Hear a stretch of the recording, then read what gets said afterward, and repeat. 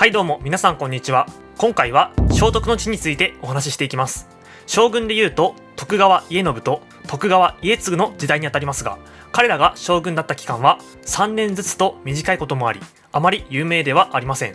それよりも有名なのがこの頃に活躍した学者である新井白石という人物でしょう。なぜ将軍よりも学者の方が有名なのか、それを確認するためにまずは新井白石の生い立ちからお話を始めていきましょう。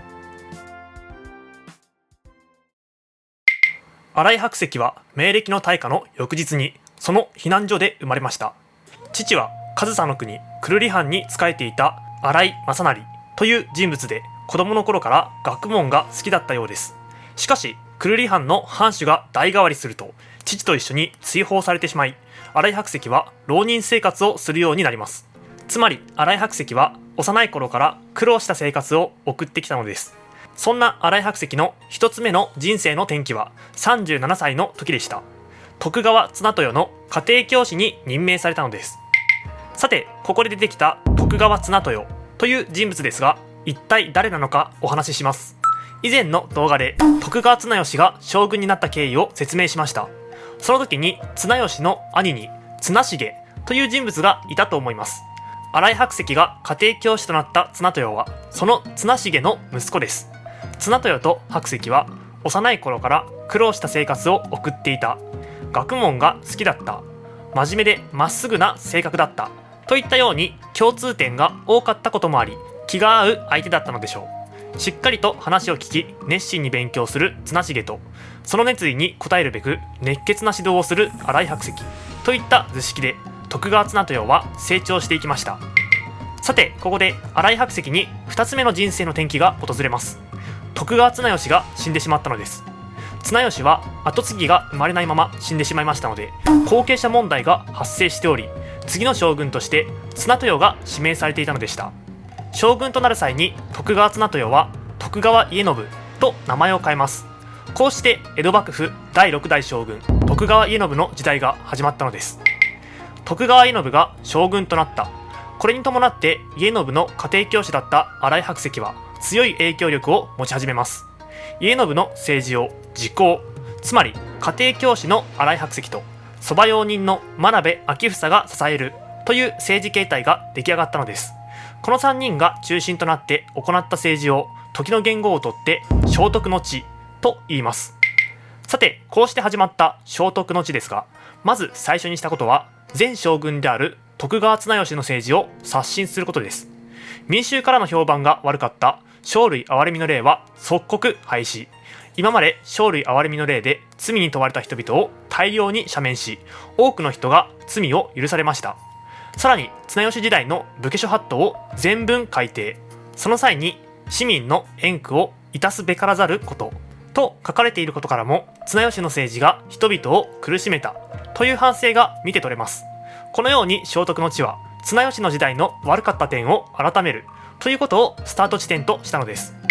しかし将軍になった時の家宣は48歳という高齢でした。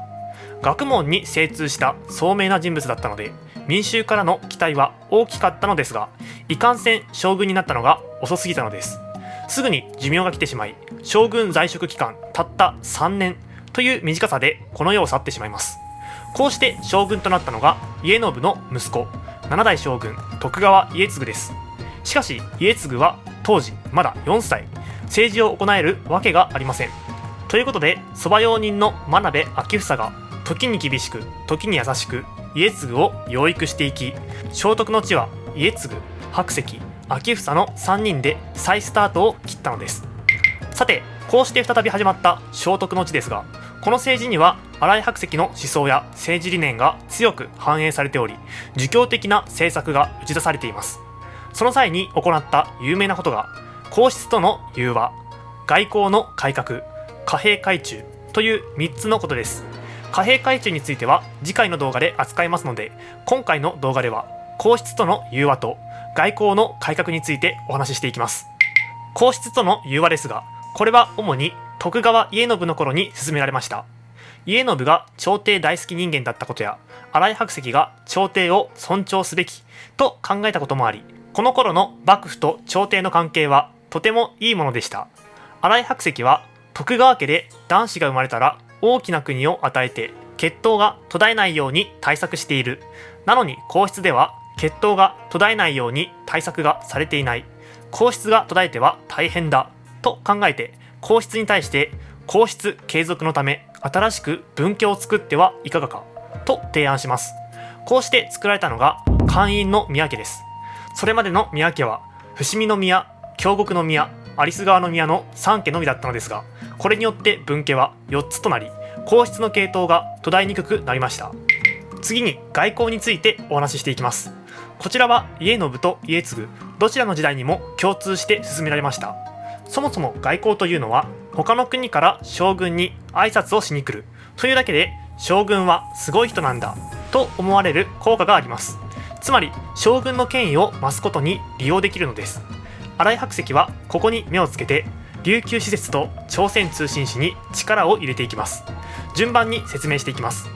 以前の動画で島津氏が琉球を征服したという話をしましたが、島津氏はその後薩摩藩となりましたので、薩摩藩が琉球を支配するようになりました。これ以降琉球は薩摩藩を通じて幕藩体制に組み込まれたので、幕府に使節を送るようになります。この使節は大きく2つに分けることができて、将軍の代替わりごとにそれを祝うのが慶賀使、国王の代替わりごとにお礼を言いに行くのが謝恩使です。琉球使節は外国の使節並みの扱いを受けており、格式高く扱われました。またこの頃の外国からの使節として有名なのが朝鮮通信使です。こちらも以前動画で紹介して将軍の権威を上げるために利用したと言いましたが、新井白石はさらにこの施設を利用します。待遇を簡素化したのです。つまり朝鮮からの施設に対するおもてなしを簡素化することで相対的に将軍の権威を上げるということを狙ったのでした。もちろん簡素化された朝鮮通信使からすると不愉快な出来事です。少し衝突することもありましたが、新井白石はやると決めたらやる男、自分の考えを徹底しその方針を貫き通します。結局これによって従来の費用の約 60% を節約することに成功したので、財政的な効果もありました。他にも朝鮮からの国書でこれまで使われていた日本国大君という将軍の呼称を改めさせて日本国王と呼ばせるようにしています。これも将軍の権威を高めるためのことです。そんなことをしている間に将軍徳川家継がわずか8歳で死んでしまいます。家宣、家継という2代にわたって権力を握った白石も後ろ盾を失ったことにより失脚。こうして聖徳の地は幕を下ろしたのでした。